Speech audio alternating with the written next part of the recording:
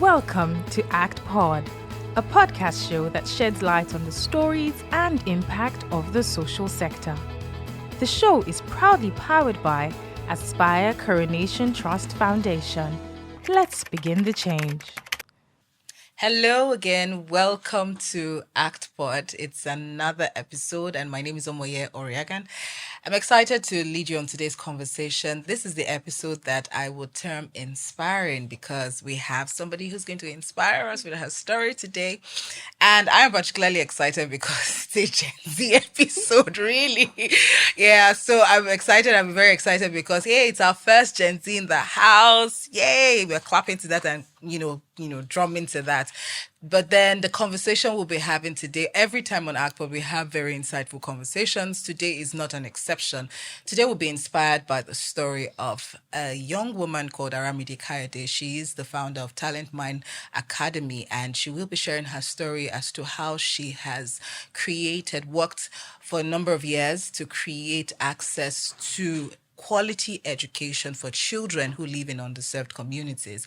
Definitely, we know that education is a challenge. So this conversation will be talking about ways to create access, to bridge the barriers that we currently have, to create access, innovation, and impact in education, because education is a critical issue. So now back to our guest in the studio. I am excited to introduce to you Aramide Kayode. Welcome to ACTPod. We are very excited to have you here. I'm excited today. As well. Nice. Like I said, it's a Gen Z episode. I had to confirm that you were still in the Gen Z era because this is the first time we're having a Gen Z in the house. We've had a Gen Alpha, I believe, and because we see that impact is not caught to a certain generation. Yeah. It's not the baby boomers. It's not the millennials only. Everybody's creating impact. Yes, it cuts across. In fact, interesting thing that happened today while we're, recording, I was speaking with a colleague and I think I was teasing her and I said Gen Z and she said, every time you're saying Gen Z, I was like, oh, sorry.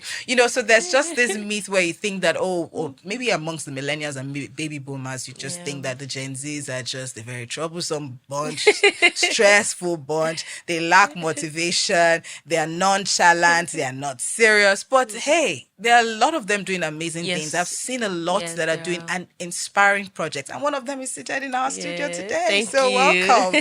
Aramide, so it's nice to have you here today, and we just want to talk about, and again, before I continue, I said that I wasn't going to start this episode if I didn't do clock it. So clock it. So now we can get serious. Yes, that's the latest one. Tomorrow we'll hear something else. But I think that's what makes the word fun, and we're here for it. So let's keep having all the different terms, But today we'll be talking about education, and we want to hear your story. We want to know what you're doing, just to inspire us with what you're doing with Talent Mind Academy and how long you've been here, what you've achieved. Basically, just taking us on your journey. You're going to take us on your journey today, and we're ready for storytelling today, just to learn from your experience and be inspired. Especially young people who are watching this to know that they can do a lot if they set their minds to it. So now let's start off. Something a bit fun, just to ask you.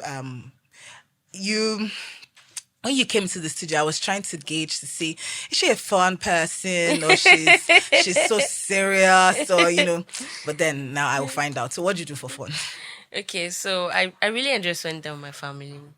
I'm married to my husband and I have a toddler and a 6-month-old baby. Wow. And so there are different activities that we do every single day. I mean, because of the toddler, so she's always having something to do. Many times it's the activities from school. So we come after she's done in school, she comes home and we have to do another one again as a family. Yesterday we spent time reading Bible stories, and it was just so interesting to talk about it.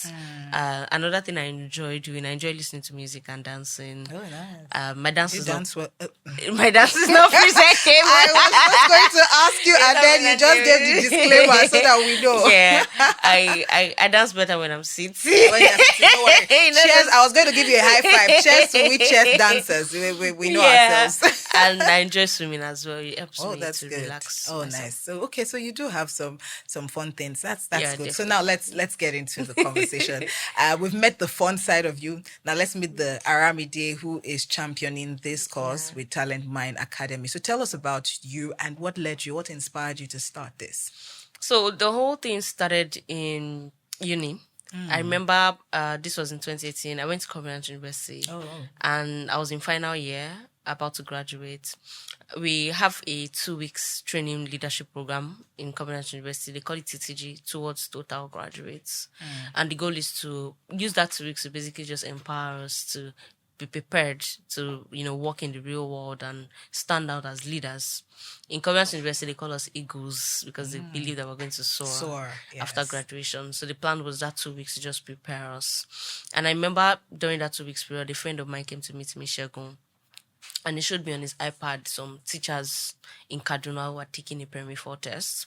About 60,000 plus of them wrote that test, and 21,000, I think 780 of them failed the test woefully.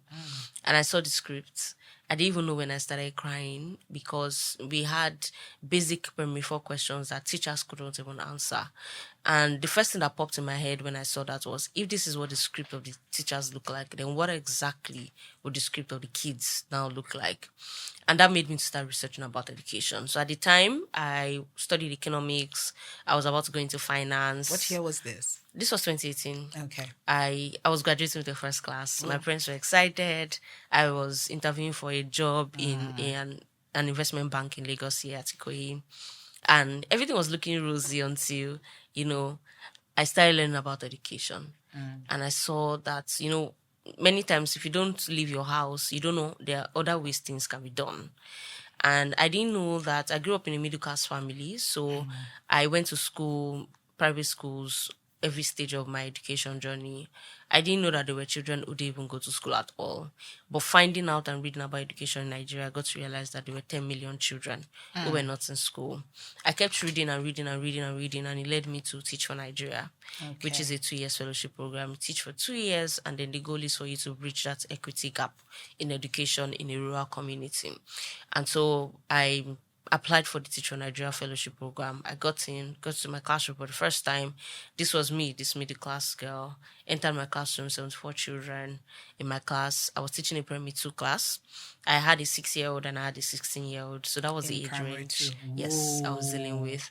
90% of the children in the classroom could not read at their grade level. I had kids in my class who couldn't even identify letters of the alphabet. In a primary 2 class. And as heartbreaking as that was, of course, they didn't have access to quality teachers. Some of the teachers that are there, the last training they had was in 1960 when they graduated from their teacher training college.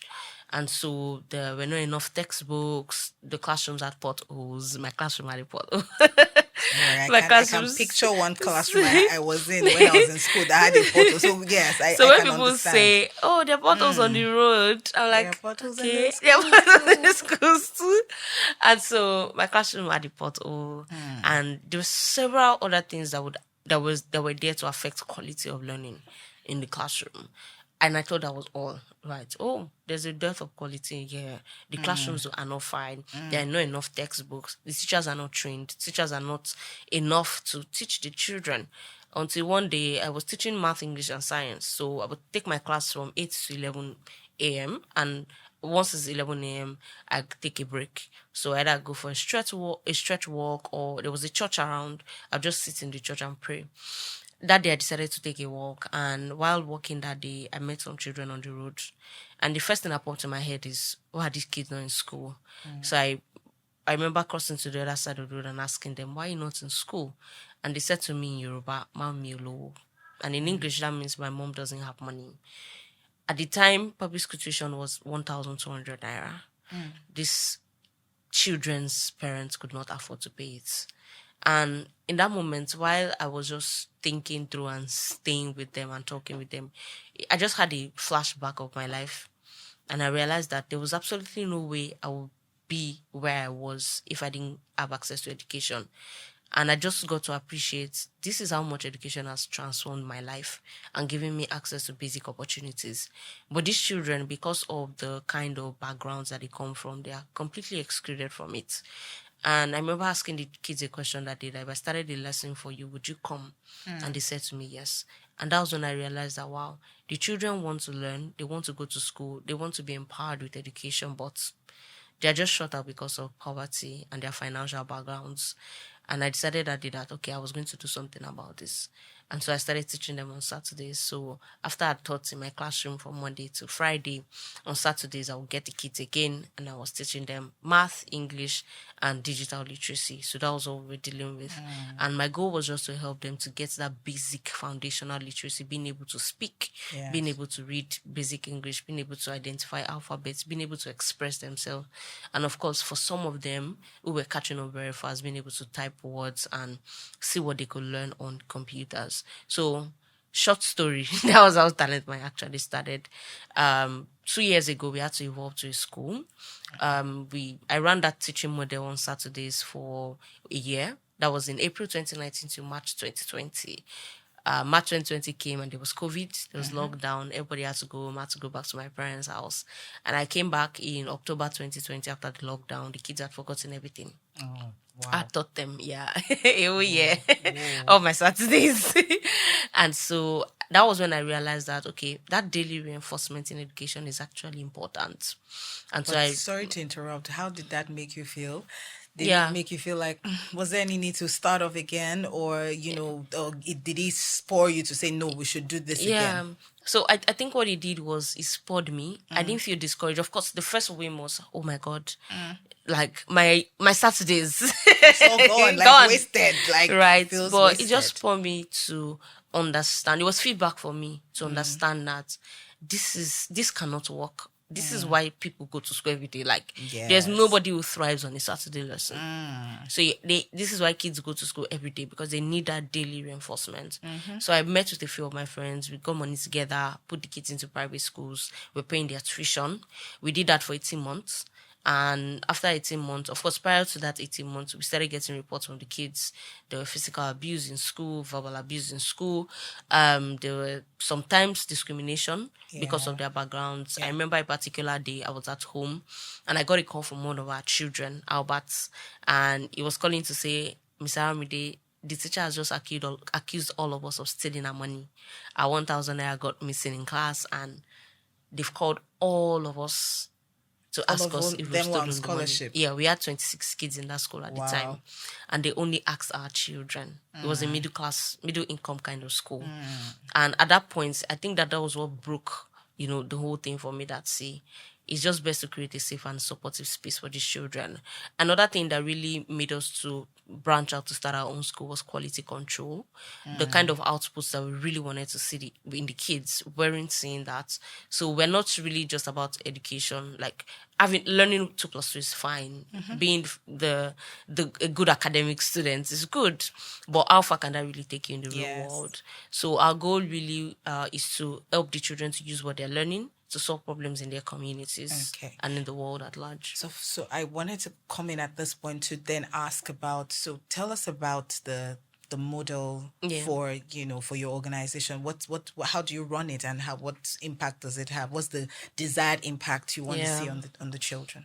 So at the school runs as a free school right now. We offer full support for the children, and what I mean by full support is it's not even based on what I like at this point. It's reality we've seen so far. Education has been an onion problem, and what I mean by onion problem is that it's a problem that has different layers. When you roll out one, another comes out, another, and another. When we started this school, our focus was getting academic excellence down, and realized that there was shifts in drop in attendance, drop in student engagement. Kids were coming to school sick, and then we realized that they were hungry. They were not fed. Some of them would eat gari in the morning and come to school, and that was all they were going to have until the next day.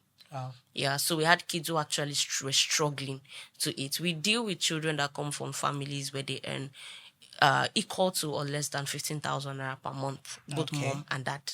So imagine an entire family income, 15,000 naira, and let's say they have about 4 kids or 3 children, even one child. That's a small. You can't even amount of even money. you as a person, As you a can't person, use that. Yeah, so we had to provide school feeding to them. And then we started getting cases where we had kids who were coming from abusive families, children who had been sexually abused. We had to start providing psychosocial support. And right now, one of the things we're looking to, get available for them is transportation, because that's something that we've seen a gap in. Children who are unable to afford, to come to school because of the increase in transportation for costs, because of the fuel increase. And so right now we're actually fundraising to get a bus.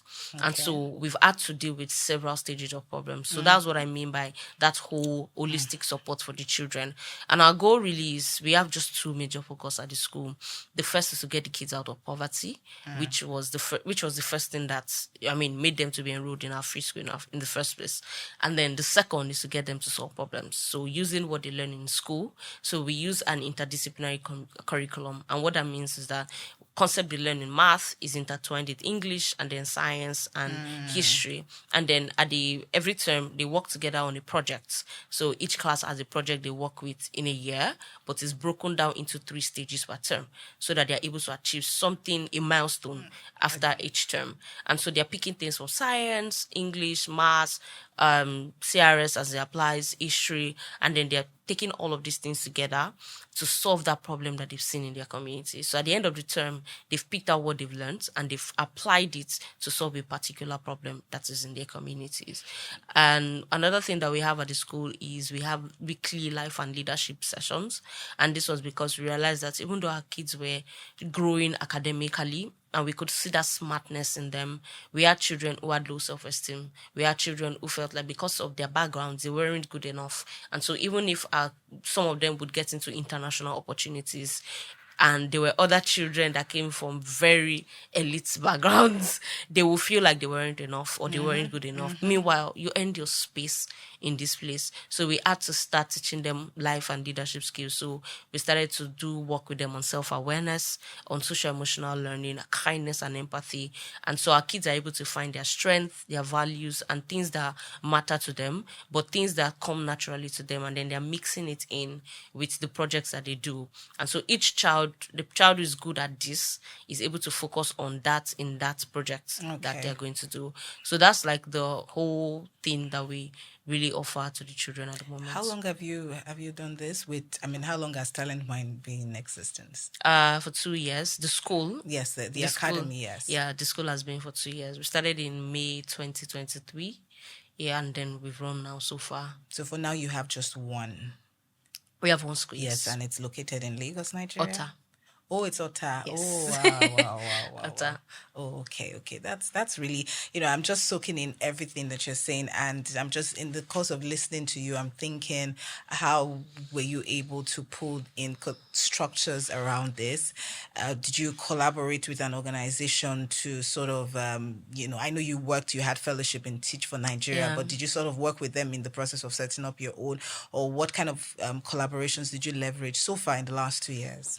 I think that one of the most helpful programs I've been on, to be honest, all my life, is the fellowship I'm doing with African Leadership Academy. Okay. I don't know if you're aware. Yes. Yeah, so African Leadership Academy has an education program, fellowship for leaders in Africa. And so I'm on their fellowship program. It's 3 years. Wow. Yeah, so I'm graduating next year. So, but it came in at the nick of time when I started the school. So I've not had to really run around. I've worked with them so far. So I've not had to do any trial and error in that sense, because I've been plugged in to the fellowship program literally since I started.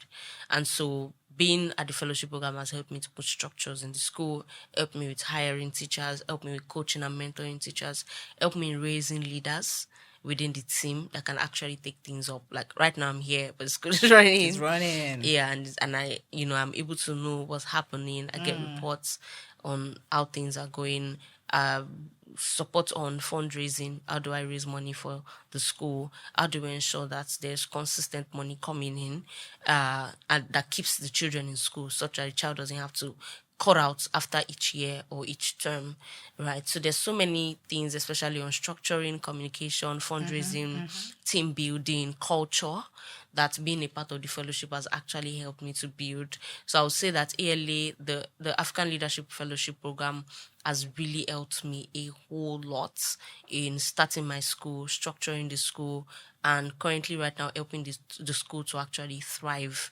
And we're currently on our way to starting to build something that is sustainable, something that would be able to get money from, even with little reliance on external Yes. So it can sort of donations. run itself. Exactly. And it's basically because of the fellowship program I've been on. One of the key components of our programs that actually runs by itself is our school feeding program.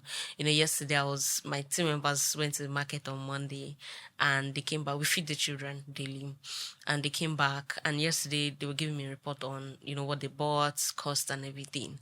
And I looked at our finance girl, I was like, oh my God, you guys have money now. Because they didn't have to raise any requisition from the organization's accounts, from the school feeding accounts. They were actually able to pay and fund the program directly. And so it was just good to see that program now runs on its own independently, even with little or no external support. So speaking about funding, thank you very much. Speaking about funding, sorry, I just Yes. wanted to take a lot from you. But speaking about funding models, what has been your funding model so far for the last 2 years, and just to keep the place running? Yeah. So the funding model we use is a donor matching system. Okay. And how that works is that we match a child to an adult. Okay. And this adult pays the tuition of this child for the next 6 years to 12 years, depending on the donor. So at the beginning of when a child comes into the school, we pair that child with this adult, and this adult provides that support year in, year out for the child. For some of the donors, they're interested in also mentoring the child and ensuring that they have that close touch, and we are able to provide that. Of course, we have a child protection policy in place to protect our children and also something to protect our donors, but it's safe to just see how many adults actually come on to, be a big brother or big sister to a little girl who would otherwise have not been able to go to school at all, and that child now has access to education because of the donor support. So that's currently the funding model that we use at school. Fantastic. Great one. great and very inspiring. There was a question I wanted to ask, yes, and that has to do with how many kids have you catered to in the last 2 years? So far, we have 87 kids at our school. Yeah, we currently have 87 kids. Okay, and is it a primary school? Yes, so we have kindergarten, early childhood, and then we have primary, and we recently started our secondary school in September. So we provide the kids with 15 years long education. So from early childhood down to secondary school, and then the goal is that they should be able to fund their university education themselves or get a scholarship.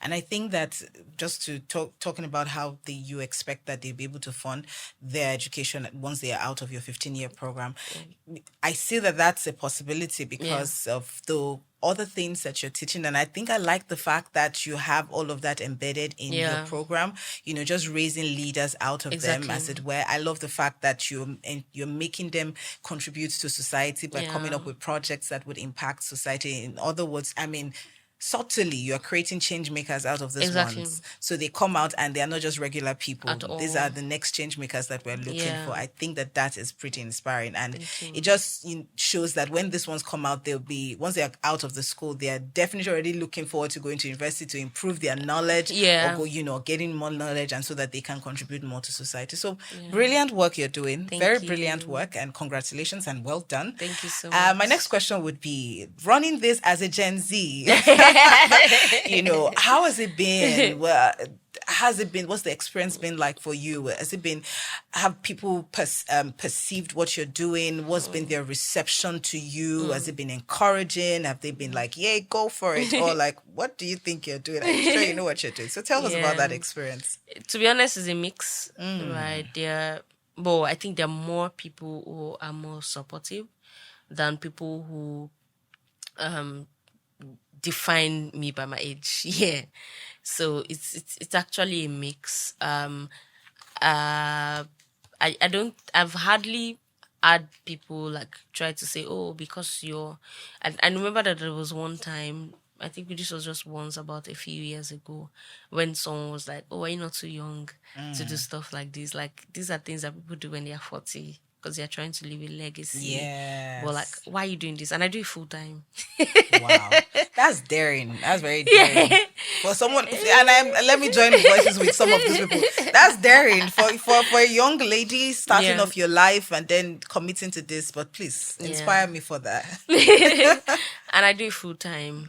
So I know that there are people who have just been like, oh, at this stage of your life, you're supposed to be working somewhere and all of that. But I feel like I've worked somewhere, right? I've been getting experience since I was 15.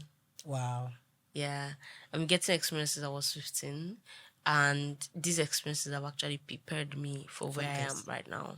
Yeah, and the work that I'm doing right now. And there's so many things that if I didn't get these experiences, I wouldn't, have probably been able to do at the school at the moment. But I don't know if a lot of people actually see that side or see that track record or experience. Maybe because of how long I've talked about this for a while. Yes. Maybe because of how, long I've, just done those things and not said anything about it. But I've just been behind the scene getting stuff done. But people don't really know. So they can think, oh, you're too young. Like your life is just starting out. You should be doing. But I'm like, I've done those things. But you didn't know me when I was doing those things. Right. So, but I get a lot of encouragement. To be honest, there are even times I get support from people and they're like, well, because you're young and you're doing this, I'm going to invest in you. I remember, for the last 2 years, since the school actually started, we've been getting a grant from a particular organization. And the only reason why this woman has invested, they're investing in us over the next 5 years. Wow. Yeah. And when the school was starting, she was one of the people who I spoke to about it. And she's like, okay, because you're taking on this role, I'm going to commit to paying your salary for the next 5 years, pending till you're able to stabilize your finances. And that has actually helped me.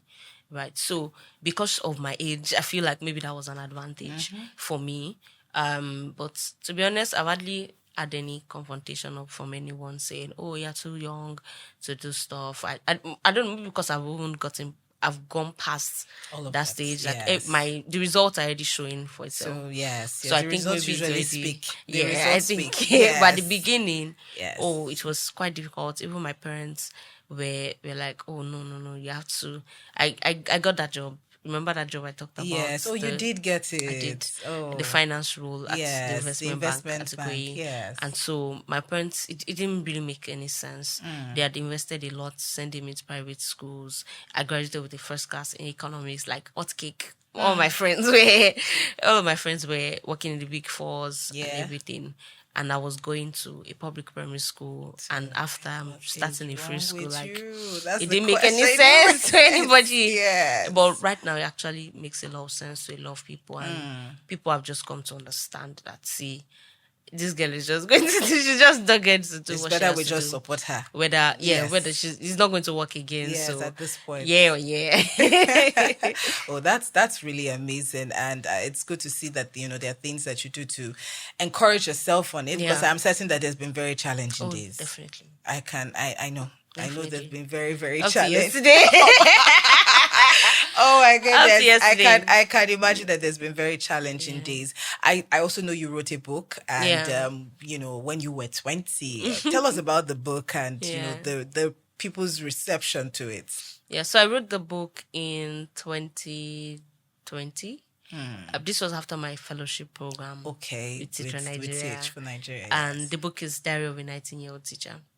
And it was just, my experience teaching in the classroom, what I learned from it, the key stand-up point for me, and what people can learn. I also in the book talked about how I was able to navigate my parents. I remember when I started teaching, I moved into the Otta community, and I remember 6 months, I think, no, it wasn't even 6 months, like a month into, after I started teaching, I remember there was a day I got a message from my dad, and my dad was like, if I don't find something to do, they're giving me 6 months. Yeah, that was a message that they were giving me 6 months if I don't find something good to do, since I'm going to decline that job, investment job if I don't find something to do, my dad was said he was going to get me a form at Unilag to go and do masters. And in my mind, I'm like, after I'm going to come to university, like you're coming to Unilag. Please don't say that about Unilag, because I went to Unilag. Sorry. Just, the only thing that was on my mind when I said I'm not going was strike. I didn't like. Yeah, I can imagine. Don't worry. See, I didn't. I'm just. Don't worry. Let's just leave that part of this conversation. Let's know what we know. But yes, let's 2 years be 2 years. Like coming out to university, 4 years was 4 years literally. So I was like, I mean, this also has to do with some of the issues we have in the education sector. Because I mean, yes, when you get to most people don't want to go to government universities or public schools, as it were, because of all of these different challenges, and these are things that we need to solve. So yes, it also adds to some of the challenges that you're dealing with and solving with your program. So yes, please carry on. So I remember, at that time, and I was like, oh my God, what am I going to do? And I'm a Christian, right? So I believe in honoring my parents, and I mean, I believe that even though you have your own pathway, or even though you know the best way, or maybe if you're a Christian like me, God has led you to do what you have to do.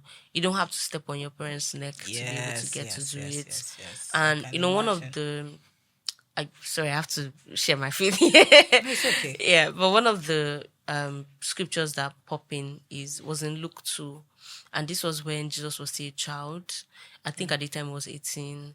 And his parents were looking for him, and of course at that time told his mom, I'm about my father's business. I'm about my my sister is here.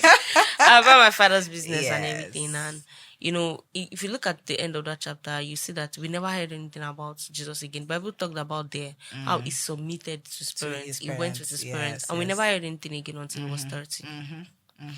And for me, it just made me realize that, okay, even the Lord Jesus Christ submitted. So why shouldn't without stepping on his parents, right? And the Bible says how when he said those things, Mary kept it in her heart, and that was how he locked it up there and helped his parents. And I feel like he was so submitted to his parents so much that people called him the carpenter's son. Like for them to call you the carpenter's son, that means you must have been showing up, supporting your dad. That's how he became a carpenter himself. Almost every single day, almost every single time, right? And that was how committed he was. So I realized at that point that, I don't have to step on my parents. So I didn't leave. I continued, but I had 6 months. Okay, but then it's 6 months, something happened. I needed to maximize that 6 months. So what I did was I started talking about the work I was doing. So my parents looked at my status, monitor spirit.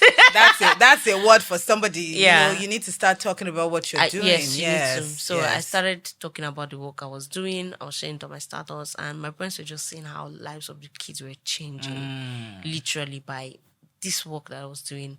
And it was really, really motivating for them. They're like, oh, but at some point my dad would be like, wow, you are doing amazing work.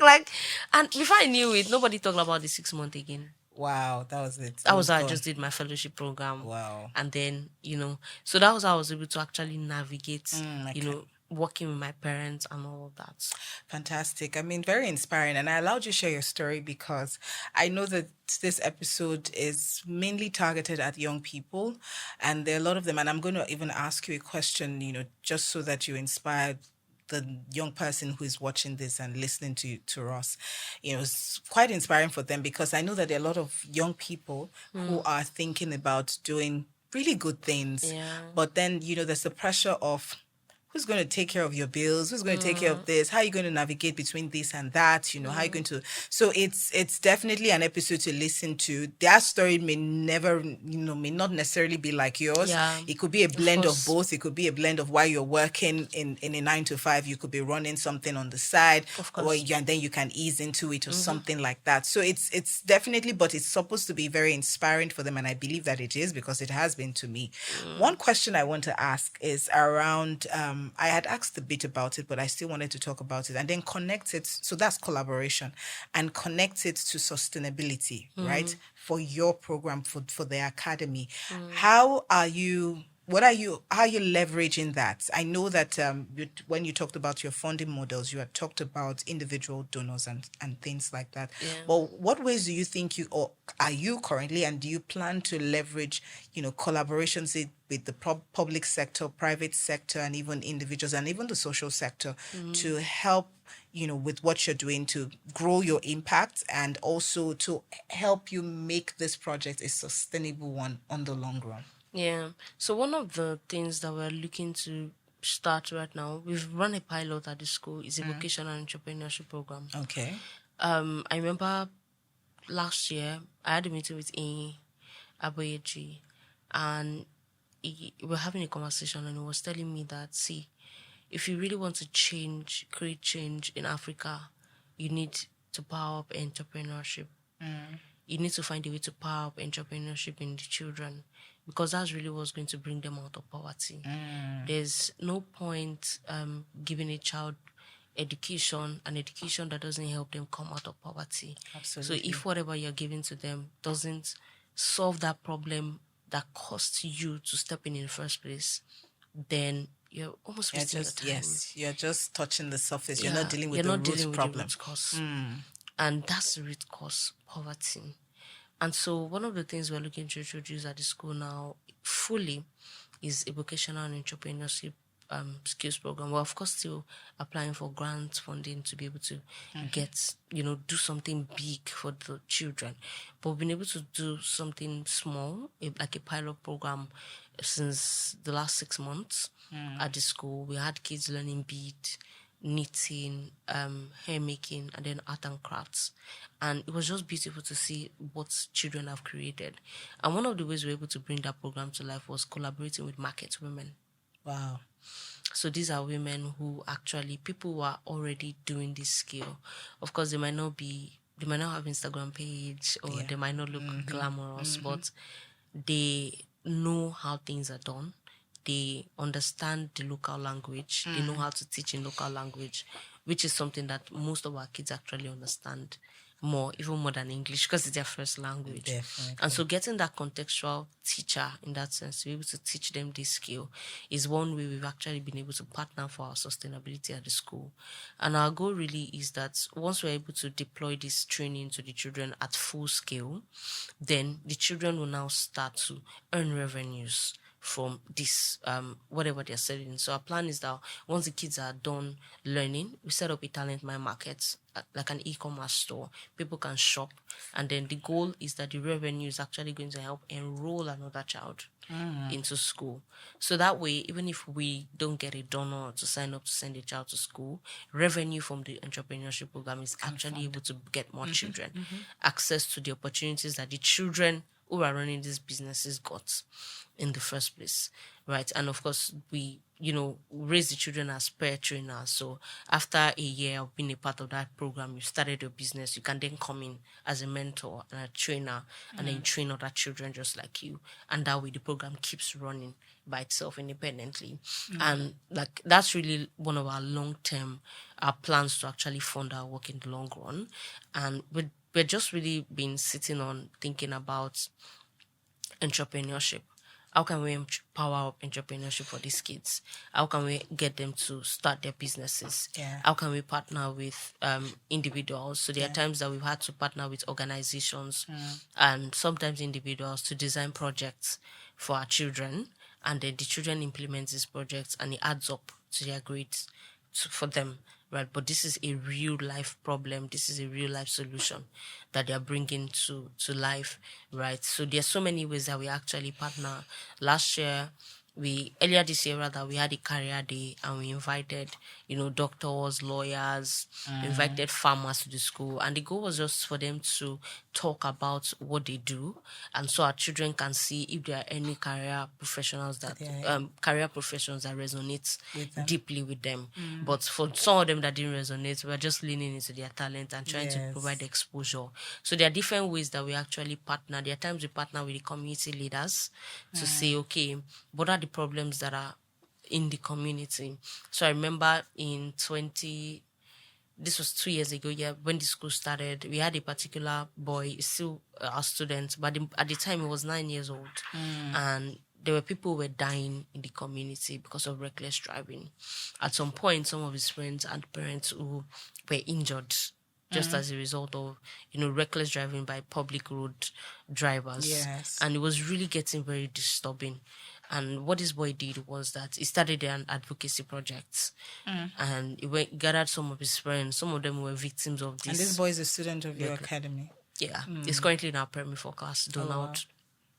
And he gathered some of his friends. They went around the community advocating for safe driving, speaking to people. And at some point, How old is he?